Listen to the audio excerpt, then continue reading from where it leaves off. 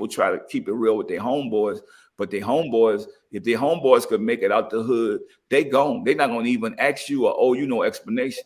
They only there because they have to be there. Our people don't realize that you're not there for a reason. You did something to get yourself out of there. Now keep bettering yourself. And that's the mission I'm on, to educate our culture and showing them that don't look back. Don't forget where you came from, but don't look back. You can't change the past, but you can change the future. And that's why I say you either, walk with the pigeons or fly with the eagles. And most eagles fly alone. Right. Now, Nipsey Hussle, I know you had agree. He was a great mentor to him. Yeah. Was he happy, in your opinion, with his Atlantic deal? Because he was someone who notoriously was independent. And then, he reaped the benefits, or his family's now reaping the benefits after his death. So why do you think he ended up going to Atlantic as opposed to staying independent and reaping most of the benefits, in your opinion? Me and Nipsey was close. And that deal he did with Atlantic, he didn't want to do that deal. He did it because he had to, because look at it. Nobody believed in Nipsey Hussle till he died. Then everybody brought all his product and brought everything. And then his whole thing while he was alive, he was like, boss, I just don't understand it. I got good music, but why is it not hitting? And I told him, I said, he showed me the deal. I went over the deal with him. I showed him what was good about the deal and what was wrong about the deal.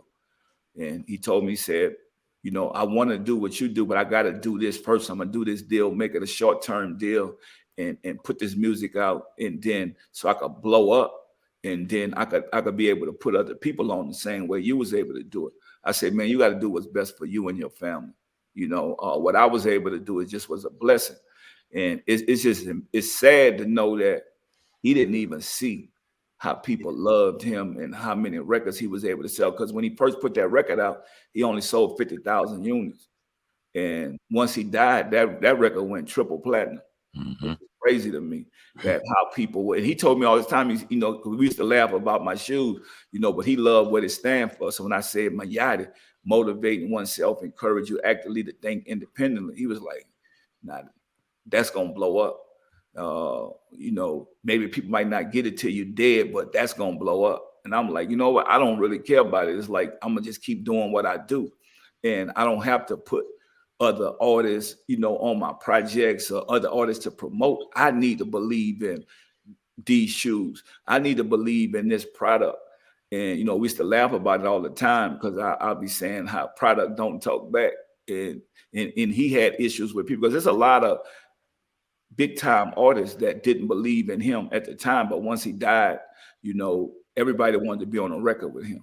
So that just go to show you, man, it's sad that people don't appreciate you till you're gone. And I think that's what we got to change, this hate with love, and show people how to appreciate what they got, and through these Black History Months and stuff like that. We got to celebrate the people that are doing the right things. But I think the media just don't do that. I mean, how many Black history projects that we seen? I know it's COVID-19, but I don't see people celebrating how we used to do it back in the days. We used to celebrate people that look like us. I know people say, no, we should have this 365 days a year. We don't, but we know we have it now, and we should utilize that to promote the people that are doing right, or the people that paved the way for us in this country.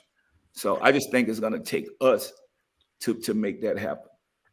Indeed. How were you perceived in the music industry during your rise to fame with No Limit? Because obviously you were doing it a different way. You were killing it. You were doing it different than anybody. And the love that you had down south must have been crazy. We always talk about it. If we had that in different places, the places we would go, because we're from the East Coast, we're from New Jersey, and obviously we were born on the East Coast sound and things. And when you guys start coming out here in the wave, it was different for us. We didn't receive it the right way. It was crazy, but you guys already had a buzz, so it really didn't matter.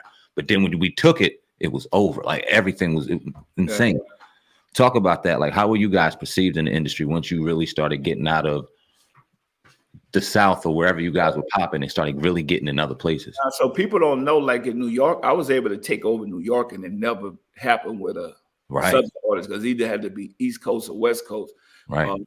Even at the time, the Ghetto Boys was brilliant. Their music was big, but it didn't take over in the East Coast yet, because East Coast people thought that the music was riding music or more slower than what they do. One of my homeboys played with me, on the basketball team. His name was Max. So people don't know. I used to come to New York all the time and put my music in the clubs, and I'll be putting up posters. I'll be in Harlem. I'll be in Brooklyn, and people be like, "Man, is that you?" I say, "No, man. I work for the company. I'll be putting up posters." So I was out there in New York, man, hustling, putting my own posters up, and it just caught on fire, man. About it caught on fire, and I start realizing that this is bigger than just a South thing, and that now by me being myself, you know, this is catching on worldwide, and I just think you just got to get out there and go do it. I said I'm going to represent the South, but I'm going to go everywhere and have my music catch on, and I think that was the difference for my journey, just touching the people, and I feel like we created a movement because, you know, even in the East Coast, my music had got so big where everybody was wearing camouflage jackets and bomber jackets, camouflage, everything, like they was on it. And that's from, I think, me getting out there touching the people.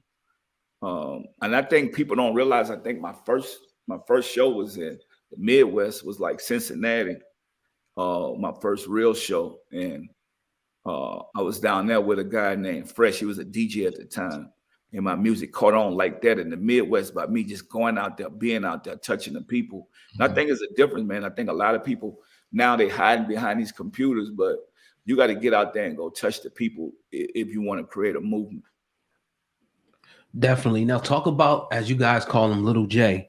Yeah. You seen him out in Houston. I think he was playing basketball out there, and you seen him in the club with a mink coat, and you wanting to do what he did. Talk about his influence and inspiration in your life, if you can. So that's what I want to tell y'all. Now, this music industry has so many snakes. Like I say, everybody want to outdo you. Everybody want to be you. When I seen Lil J in the club with that mink coat on, I celebrated him because I'm like, even till the day, he's my mentor. I don't see that there's nobody bigger than him in the game, for as me coming from the South.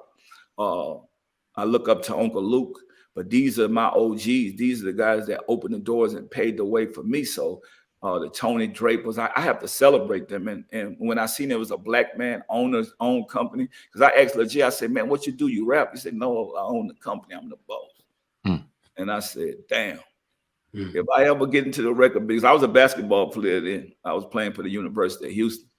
And man, just the way he stopped and talked to me and let me know that, man, you know, I did it, you could do it. And I think that's what we have to be. I think this generation get caught up now that, you know, everybody got that sense of pride that they got to be better than the people that came before them. Now, these are the experts. When I look at Lil J, I respect him to this day because he opened the doors for me. That me seeing another black man be successful and have his own business in the music business. And I'm like, you know, you can't take that away. Nobody's perfect. I get that part. Everybody got their own flaws and whatever, but this guy actually did that way back then. And I was able to come behind him and still respect him and not be in a frame of mind where I got to outdo him. I mean, he's the godfather. I look at myself as, you know, Frank Lucas or something, you know, come down the line, but he's the godfather.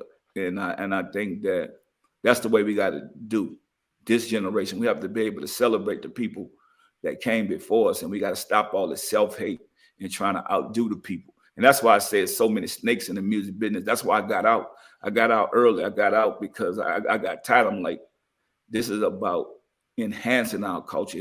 And what Snoop and them did this week with the Super Bowl, it was incredible, man. We celebrate them. I'm proud of Snoop and Drake and Mary J. Blige and 50, Eminem, what they was able to do. They showed the world that hip hop is here to stay, and that we growing up, and that if you do the right thing, you'll keep being blessed. And that's what we doing. I mean, I'm celebrating Lil J because he opened the doors for me. Speaking on that, and to kind of bring it to now, the generation now is very different. And we talk about the violence in hip hop, and violence has been going on throughout our culture in hip hop for forever, but it seems very different now. And it used to be life imitating art, but now it just seems like we're going to celebrate any crazy ass thing that we can possibly do. Yeah. Talk about the music industry and how you kind of see it from afar and what you think of it now. Well, I think the media is a big problem of it because they think the only way we could blow something up is get clicks in. Nobody even read the story no more. Everybody just go off a headline. Yeah. Right. Run off of headlines. I think now you're pausing in these young people thoughts. And it's even a lot of older people, you know, pausing these young people thoughts, telling them they need to do this, they need to do something wild. Nah, man, what about being yourself and being humble? You'll last a longer time. I think it's going to start with us having these conversations like this and being able to showcase the people that has the sustainability, the people that's doing the right thing. Even when you look at the Super Bowl, being able to celebrate Jay-Z, even though we've seen all the artists and hip hop out there, Jay-Z had to go build that relationship with the NFL to be able to open those doors for hip hop. So, you know, we got to look behind the scenes. We always look in front of the screen, but look behind the scenes and see the people that are pulling the plugs and making a difference and building those resources so we can have change and growth and create economic empowerment. So, I mean, we are stronger together, and we're getting wiser. We're constantly growing, and I think that hip hop as a culture, we own something big, and it's starting right after this Super Bowl halftime show, showing the world, you know, what hip hop could be and how we able to take over all these corporations and brands. Now they need us to sell their products.